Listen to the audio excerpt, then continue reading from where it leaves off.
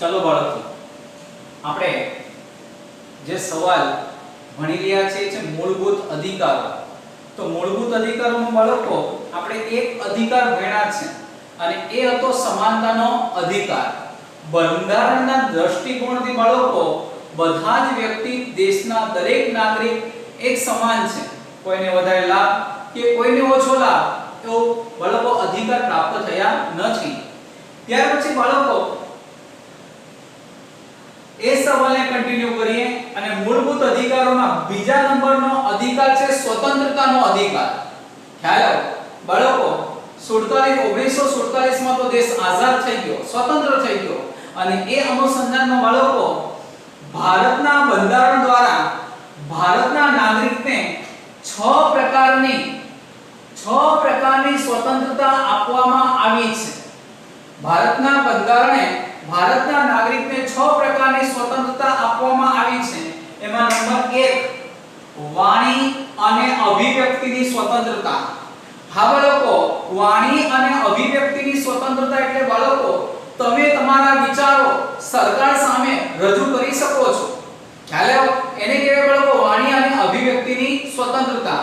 ભારતમાં બાળકો ભારતના લોકશાહી દેશમાં એક મહત્વનો બાળકો અધિકાર આપવામાં આવ્યો છે વાણી અને અભિવ્યક્તિની સ્વતંત્રતા। શાંતિથી અને શસ્ત્રો વિના ભેગા થવાની સ્વતંત્રતા। બાળકો આપણે ધાર્મિક પર્વ ઉજવીએ છીએ, તહેવારો ઉજવીએ છીએ ત્યારે બાળકો આપણે શસ્ત્રો વિના અને શાંતિથી ભેગા થઈએ છીએ તો એવા સમૂહ રચવાની ભેગા થવાની પણ સ્વતંત્રતા આપવામાં આવી છે। મંડળો અથવા સંઘો રચવાની સ્વતંત્રતા। બાળકો તમે તમારું મંડળ રચવું હોય તો પણ મંડળ રચી શકો છો। દાખલા તરીકે બાળકો ગણપતિના પર્વ વખતે અલગ અલગ સ્વસ્તિક મંડળ, ગણેશ મંડળ આવા બાળકો મંડળો રચતા હોય છે। ખ્યાલ આવ્યો?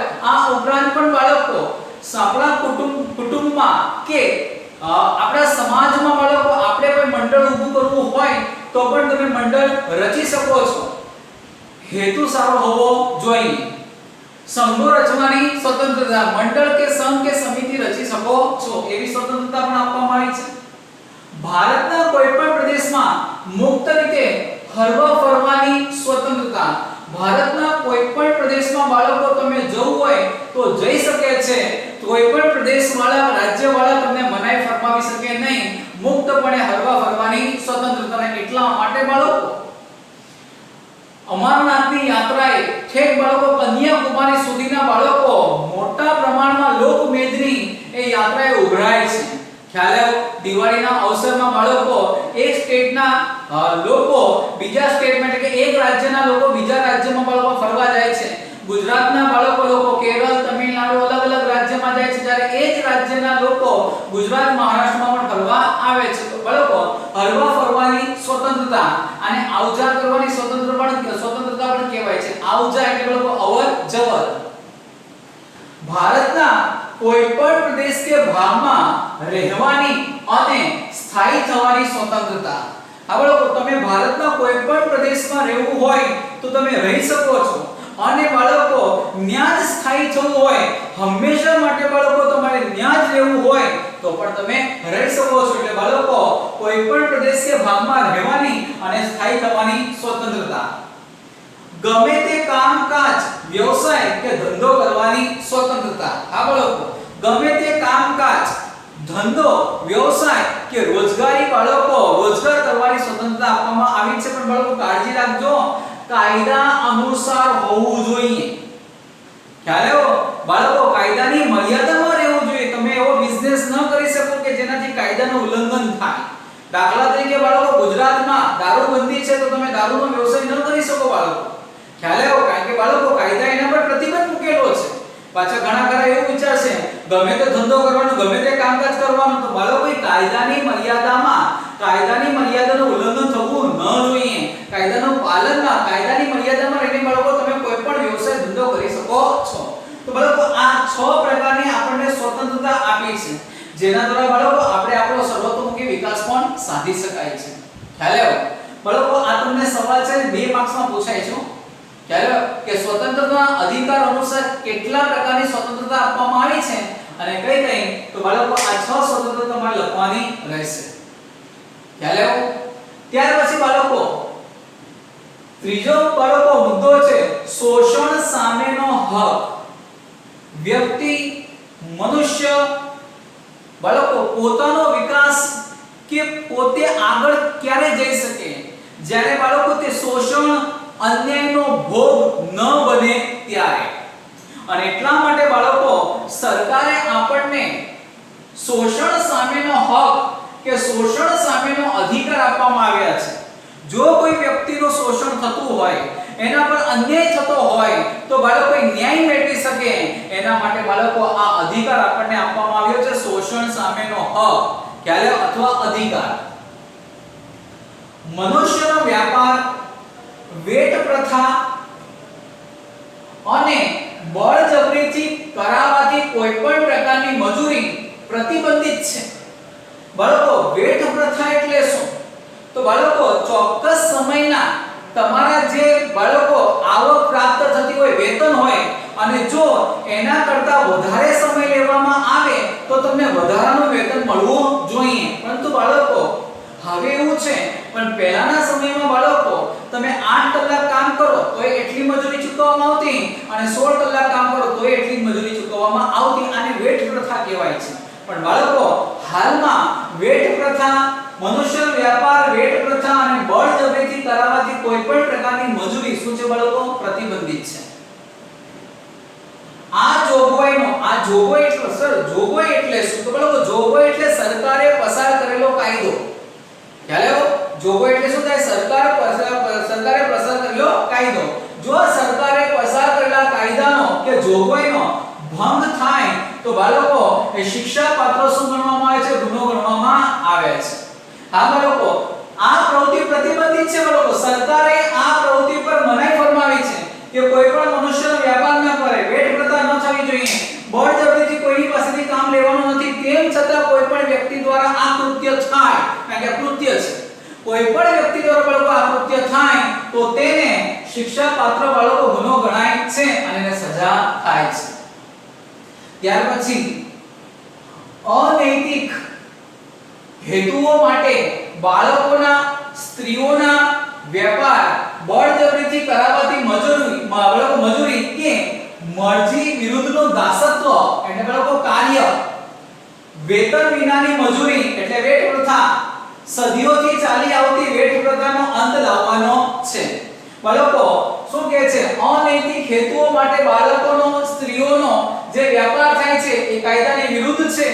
બાળકો બળજબરીથી કરાવાતી મજૂરી કે મરજી વિરુદ્ધનું દાસત્વ એટલે કાર્ય. ઘણીવાર શું થાય છે ભાઈઓ બહેનો, બાળકો તો નાના જે બાળકો હોય એને ડરાવીને, ધમકાવીને એના પાસેથી બાળકો કામ લેવામાં આવે છે. અને એટલા માટે બાળકો શબ્દ મૂકેલું છે બળજબરીથી કરાવાતી મજૂરી કે મરજી વિરુદ્ધનું કાર્ય. વેતન વિનાની મજૂરી, કારણ કે જે કાર્ય કરતા બાળકો મજૂર હોય, કારીગર હોય બાળકો, એને મજૂરી કર્યા પછી બાળકો એનું વેતન એને ચૂકવી દેવું જોઈએ. એટલા માટે બાળકો વેતન વિનાની મજૂરી પણ એક શિક્ષાપાત્ર ગુનો છે, કારણ કે બાળકો એમાં એ મજૂરનું શોષણ થાય છે. સદીઓથી ચાલી આવતી વેટ પ્રથાનો અંત લાવવાનો છે. બાળકો સદીઓથી જે વેટ પ્રથા ચાલી આવી રહી છે, મેં તમને હમણાં કીધું બાળકો કે ગમે તેટલો સમય બાળકો કામ કરાવી લેવામાં આવે પણ વેતન ઓછું આપવામાં આવતું હતું, તો આને આ વેટ પ્રથાનો શું છે લાવવાનો બાળકો? અંત લાવવાનો છે. કારણ કે આમાં પણ મજૂર, કારીગરનો કે કર્મચારીનો શું થાય છે બાળકો? શોષણ થાય છે. કોઈ પણ વ્યક્તિ પાસે વિના વેતનથી કે લઘુત્તમ વેતન કરતા ઓછા વેતનથી બળજબરીથી કે ફરજિયાતપણે મજૂરી એ કામ કરાવવું એ શિક્ષાપાત્ર શું છે? ગુનો છે. ફરી એક વખત બાળકો, કોઈ પણ વ્યક્તિ પાસે વિના વેતન, આ મુદ્દો બાળકો વેતન વિનાની મજૂરી કે લઘુત્તમ વેતન કરતા ઓછા વેતનથી બળજબરીથી કે ફરજિયાતપણે મજૂરી કરાવવામાં આવે તો એ પણ શું બને છે? શિક્ષાપાત્ર ગુનો. હવે બાળકો તમને પ્રશ્ન થતો હશે કે સર લઘુત્તમ વેતન એટલે શું? તો બાળકો લઘુત્તમ વેતનની ડેફિનેશન શું થાય? ખાલી સાંભળી લેજો. આ તમને બાળકો પરીક્ષામાં નહીં પૂછાય. પણ લઘુત્તમ વેતન કોને કહેવાય? બાળકો કોઈ પણ વ્યક્તિ કે મનુષ્ય પોતાની પ્રાથમિક જરૂરિયાતો સંતોષી શકે. સર પ્રાથમિક જરૂરિયાતો એટલે બાળકો અન્ન, વસ્ત્ર, આવાસ, શિક્ષણ, આરોગ્ય, બરાબર, આટલી જરૂરિયાત સંતોષી શકે તો એને મિનિમમ એટલું વળતર મળવું જોઈએ, જેને શું કહેવાય બાળકો? લઘુત્તમ વેતન. હવે બાળકો ફરી એક વખત જો લઘુત્તમ વેતન કોને કહેવાય? તો મનુષ્ય વ્યક્તિ બાળકો પોતાની પ્રાથમિક જરૂરિયાતો, પાયાની જરૂરિયાતો જેવી કે બાળકો અન્ન, વસ્ત્ર, આવાસ, શિક્ષણ, આરોગ્ય, આટલી જરૂરિયાત સંતોષી શકે ને મિનિમમ એને એટલું તો વળતર, એટલું તો વેતન, એને એટલું તો બાળકો પગાર મળવો જોઈએ. તો બાળકો એ પોતાની જરૂરિયાત સંતોષી શકે ને પોતાનો વિકાસ સાધી શકે.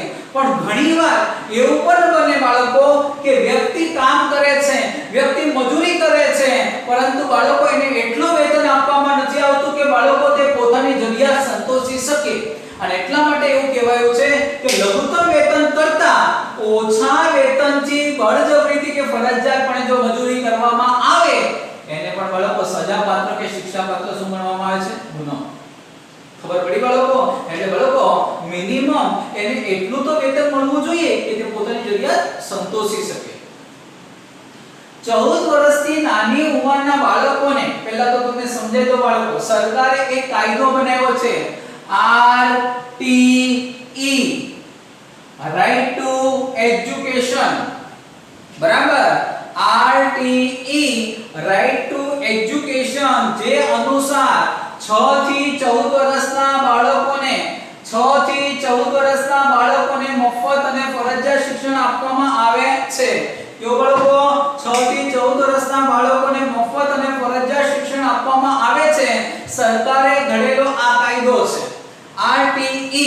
અને એટલા માટે બાળકો હવે સાંભળો, 14 વર્ષથી નાની ઉંમરના બાળકોને કોઈ પણ પ્રકારના જોખમકારક કામોમાં કે કાર્યો પર રાખવા પર પ્રતિબંધ મૂકવામાં આવ્યો છે. ખ્યાલ આવ્યો? પ્રતિબંધ મૂકવામાં આવ્યો છે એટલે કોઈ પણ ધંધાનો માલિક દો બાળકો, તો કોઈ પણ ધંધાનો માલિક હોય, દાખલા તરીકે બાળકો ચાની લારી પર, હોટલોમાં, ગેરેજોમાં, નાસ્તાની લારીઓ પર, તો બાળકો આવા કામોમાં, કંપનીઓમાં, કારખાનાઓમાં કે મિલોમાં બાળકો આવા બાળકો જો કામ કરતા જોવા મળશે તો એ બાળકોને કંઈ ન થાય, પરંતુ બાળકો જે ધંધાના માલિકો રહેશે એને બાળકો સજા કરવામાં આવશે. અને બાળકો તમે આજે જોઈ શકો છો તમારી ઉંમરના કેટલાય બાળકો ચાની લારી પર, નાસ્તાની લારી પર, ગેરેજમાં કે પછી બાળકો બાંધકામ વિભાગોમાં, કંપનીઓમાં, હોટલોમાં, રેસ્ટોરન્ટોમાં બાળકો વાસણ સાફ કરતા, ટેબલ સાફ કરતા બાળકો કંઈક ને કંઈક મજૂરી કરતા તમે જોયા હશે. ખ્યાલ આવ્યો? પરંતુ બાળકો જો સરકાર દ્વારા બાળકો આવા બાળકો જોવા મળે કામ કરતા તો બાળકોને સજા નથી થતી, પરંતુ એના માલિકને ચોક્કસ સજા થાય છે. એટલે કોઈ પણ ધંધાના માલિકે 14 વર્ષથી નાની ઉંમરના બાળકોને નોકરી પર રાખવું જોઈએ નહીં. ખ્યાલ આવ્યો? 14 વર્ષથી નાની ઉંમરના બાળકોને કોઈ પણ ધંધાના માલિકે નોકરી પર રાખવું જોઈએ નહીં. ત્યાર પછી બાળકો ધાર્મિક સ્વતંત્રતાનો હક, બરાબર, આ મુદ્દો આપણે ભણી ગયા. ધર્મનિરપેક્ષતા અથવા બિનસાંપ્રદાયિકતા. ખ્યાલ આવ્યો? ધાર્મિક સ્વતંત્રતાનો હક શું કહે છે? ખ્યાલ આવ્યો? ભારતમાં દરેક નાગરિકને જે ધર્મ પાળવો હોય એ ધર્મ પાળવાની છૂટ આપવામાં આવે છે. અને બાળકો આખા વર્લ્ડની અંદર ભારત જ એક એવી કન્ટ્રી છે બાળકો કે જેમાં એટલા બધા ધર્મ પાળનારા લોકો એક સાથે એકતામાં રહીને બાળકો તેઓ પોતે બાળકો શાંતિથી રહે છે. બાળકો વર્લ્ડની અંદર nobody country in India, Bharat જેવી બાળકો કોઈ કન્ટ્રી નથી કે તમે આટલા ધર્મ પાળનારા લોકો વસતા હશે. તમે બાળકો ગૂગલમાં સર્ચ કરો ને તો પણ બાળકો ભારતની કમ્પેરિઝન બાળકો કોઈ દેશ કરી ન શકે. અમુક દેશોમાં બાળકો માત્ર બે જ ધર્મના, બે જ કોમના લોકો રહે છે અને અવારનવાર બાળકોને શાંતિ પ્રક્રિયાનો ભંગ થતો જાય છે. જ્યારે બાળકો આખા વર્લ્ડમાં પારસી પ્રજા જે ક્યાંય ન જોવા મળતી હોય આપણા ભારત દેશમાં સૌથી વધારે છે. ખ્યાલ આવ્યો? બાળકો એટલું જ નહીં, પારસી હોય, હિન્દુ હોય બાળકો, ખ્રિસ્તી ધર્મ હોય બાળકો, ઇસ્લામ ધર્મ હોય બાળકો, કેટલાય ધર્મ પાળનારા લોકો આપણા દેશમાં એક સાથે અને બાળકો એક સહકારથી રહે છે. એ આપણા દેશની મોટામાં મોટી તાકાત છે. એટલા માટે બાળકો ધર્મ નિરપેક્ષતાનો અધિકાર, ધાર્મિક સ્વતંત્રતાનો અધિકાર, જે વ્યક્તિએ જે ધર્મ પાળવો હોય એ ધર્મ પાળી શકે છે. એટલું જ નહીં, એને પોતાના ધર્મનો પ્રચાર અને પ્રસાર કરવો હોય તો પણ પ્રચાર અને પ્રસાર કરી શકે છે. એટલું જ પૂરતું નથી બાળકો, ધાર્મિક બાબતો કે ધાર્મિક માન્યતાઓમાં સરકાર દખલગીરી પણ કરતી નથી. ખ્યાલ આવ્યો? ધાર્મિક બાબતો અને ધાર્મિક માન્યતાઓમાં બાળકો સરકાર દખલગીરી પણ કરતી નથી. આવું બધું લખવાનું છે બાળકો. ખ્યાલ આવ્યો? હવે બાળકો જે મહત્વના બે મુદ્દા છે એ તમારે સમજવાના છે. ધાર્મિક સમૂહોને સખાવતી હેતુઓ માટે, બાળકો સખાવતી એટલે દાન થાય. ખ્યાલ આવ્યો? બાળકો ધાર્મિક સમૂહોને સખાવતી હેતુઓ માટે સંસ્થાઓ સ્થાપવાનો અને તેમનું સંચાલન અને વહીવટ કરવાની શું આપવામાં આવી છે? સ્વતંત્રતા. ખ્યાલ આવ્યો? સર સ્વતંત્રતાનો અધિકાર છે કે ધાર્મિક સ્વતંત્રતાનો અધિકાર છે? બાળકો સ્વતંત્રતા આપવામાં આવી છે શબ્દ છે, પણ એ ધાર્મિક બાબતોને અનુલક્ષે છે. એટલા માટે ધાર્મિક સ્વતંત્રતાનો અધિકાર છે. એટલે બાળકો શું કહેવાય છે? તમારે કોઈ પણ ધર્મ હોય અને એ ધર્મની અંદર બાળકો તમારે કોઈ પણ એક સંસ્થા સ્થાપવાની હોય તો તમે સંસ્થા સ્થાપી શકો છો અને એ સંસ્થાનો તમે વહીવટ કરી શકો છો. ખ્યાલ આવ્યો? ટૂંકમાં કહેવાનો બાળકો તાત્પર્ય એવો છે કે ધાર્મિક સમૂહ સખાવતી હેતુઓ માટે કોઈ પણ ધાર્મિક સંસ્થા હોય કે ધર્મના નામે બાળકો સંસ્થા સ્થાપવામાં આવે અને એ સંસ્થામાં બાળકો જે કંઈ દાન, સખાવતી એટલે બાળકો દાન મેળવવાના હેતુથી કે તમે બાળકો એ સંસ્થા સ્થાપી શકો છો, તમે એનું સંચાલન પણ કરી શકો છો અને વહીવટ પણ તમે કરી શકો છો. એના માટે બાળકો કોઈ રોકટોક હોતી નથી. ત્યાર પછી બાળકો મહત્વનો મુદ્દો છે, સરકારી ગ્રાન્ટમાંથી ચલાવવાથી કોઈ પણ શૈક્ષણિક સંસ્થાઓમાં ધાર્મિક શિક્ષણ આપી શકાશે નહીં. આ મુદ્દો ફરી પાછો બાળકો શૈક્ષણિક અધિકારમાં આવશે. ખ્યાલ આવ્યો? કારણ કે બાળકો શૈક્ષણિક અધિકારનો મુદ્દો છે કે સરકારના ગ્રાન્ટમાંથી એટલે બાળકો અનુદાન. ખ્યાલ આવ્યો? ગ્રાન્ટને શું કહેવાય બાળકો? અનુદાન. આ ઇંગ્લિશ શબ્દ છે. સરકારના ગ્રાન્ટમાંથી કે અનુદાનમાંથી ચલાવવાતી કોઈ પણ શૈક્ષણિક સંસ્થાઓમાં ધાર્મિક શિક્ષણ આપી શકાશે નહીં બાળકો. હા, જે સ્કૂલો સરકાર ચલાવે છે, જે સ્કૂલોને ચલાવવા માટે સરકાર પોતાના નાણાં ફાળવે છે, એવી સ્કૂલોમાં બાળકો કેવી સ્કૂલોમાં ધાર્મિક શિક્ષણ આપી શકાશે નહીં. સર જો ધાર્મિક શિક્ષણ આપે તો બાળકો સરકાર એ શાળાની માન્યતા રદ પણ કરી શકે છે. ત્યાર પછી બાળકો નંબર 5 છે સાંસ્કૃતિક અને શૈક્ષણિક હક. ખ્યાલ આવ્યો? Cultural and education. ભારતમાં વિવિધ ધર્મો, હમણાં વાત થઈ બાળકો ધર્મ નિરપેક્ષતામાં, કેટલા ધર્મ પાળનારા, ભાષા, ગજબની ભાષા છે આપણા દેશમાં. ખ્યાલ આવ્યો? કેટલી ભાષા બાળકો? અરે રાજ્યની અંદર જ બાળકો, ગુજરાત રાજ્યની વાત કરીએ તો ગુજરાત રાજ્યની અંદર જ બાળકો વિસ્તાર બદલાય ને એમ ભાષા બદલાય છે. ખ્યાલ આવ્યો? તો બાળકો ભાષા એમ આખા દેશમાં તો બાળકો કેટલી ભાષા બોલવામાં આવે છે, પણ બંધારણની માન્ય ભાષા 22 છે. સંસ્કૃતિ ધરાવતા લોકો રહે છે. ભારતના પ્રદેશોમાં રહેતા લોકોને પોતાની આગવી ભાષા, લિપિ એટલે લખાણ, સંસ્કૃતિની ઓળખ અને તેના આધારે રચાયેલા વર્ગ સમૂહને જાળવી રાખવાનો શું છે બાળકો? અધિકાર છે. ખ્યાલ આવ્યો? ભારતમાં બાળકો અનેક ધર્મ, ભાષા અને સંસ્કૃતિનો બાળકો કોમ્બિનેશન છે, સમન્વય છે બાળકો. પણ અહીંયા શું કહે છે તમને?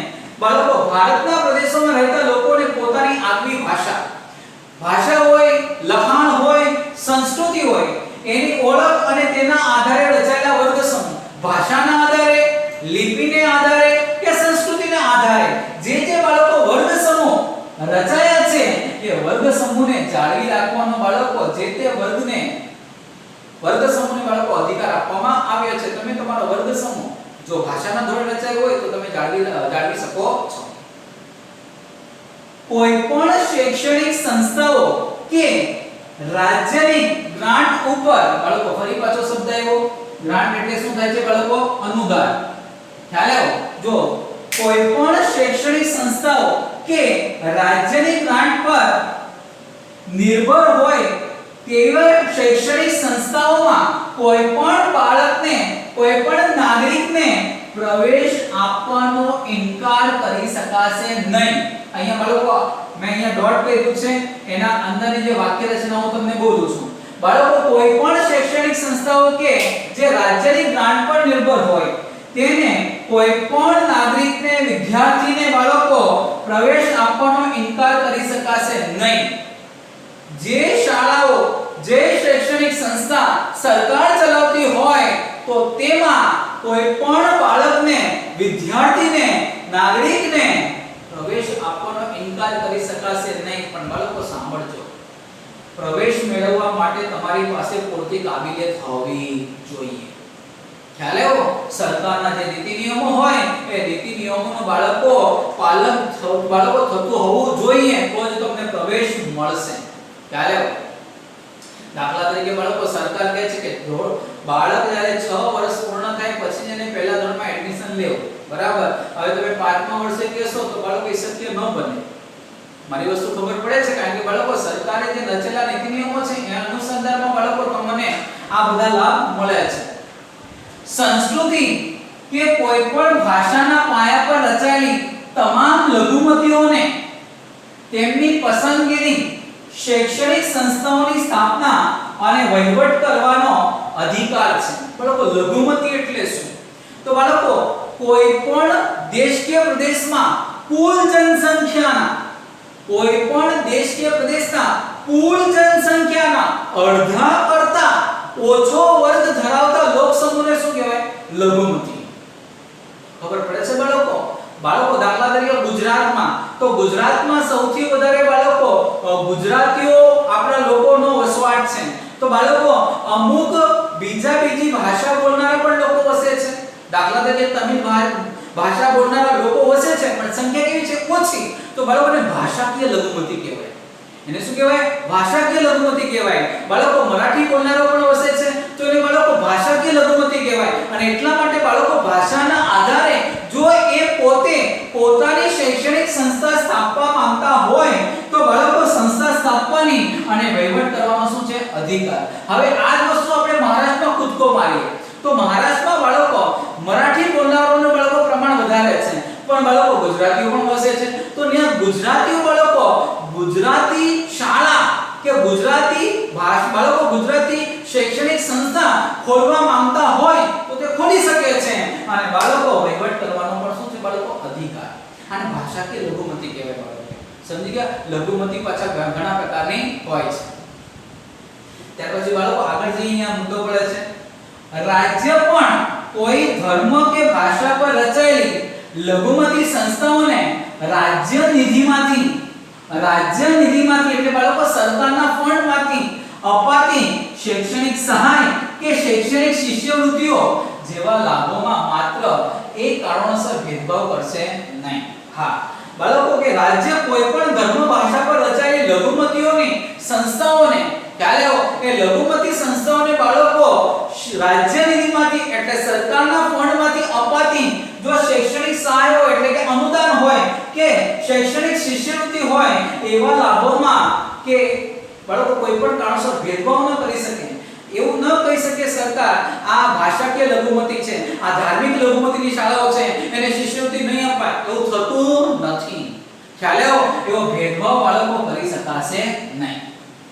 બાળકો જે સરકાર દ્વારા લાભ કાયદા અનુસાર મળવા પાત્ર છે સરકારી બાળકો પ્રોવાઈડ પણ કરે છે.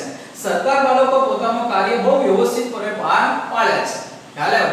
હજી એક કાયદો બાકી છે બાળકો અને એ છે બંધારણીય ઈલાજનો અધિકાર જે બંધારણની આત્મા સમાન છે.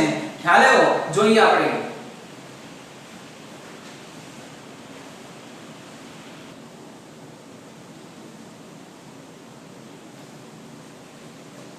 ચલો બાળકો, ત્યાર પછી છઠ્ઠો મુદ્દો છે અને છઠ્ઠો અધિકાર છે બંધારણીય ઈલાજનો હક. બાળકો આ અધિકાર છે ને ભોગવવાનો નથી. ખ્યાલ આવ્યો?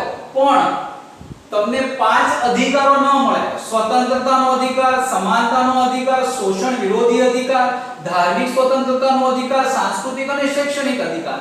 આ 5 અધિકારમાંથી કોઈ પણ એક અધિકાર ન મળે ને તો તમારે બાળકો આ છઠ્ઠા અધિકારનો ઉપયોગ કરીને તમે ન્યાય મેળવી શકો છો અને એટલા માટે બાળકો આને કહેવાય છે બંધારણીય ઇલાજનો હક અથવા બંધારણીય ઇલાજનો અધિકાર.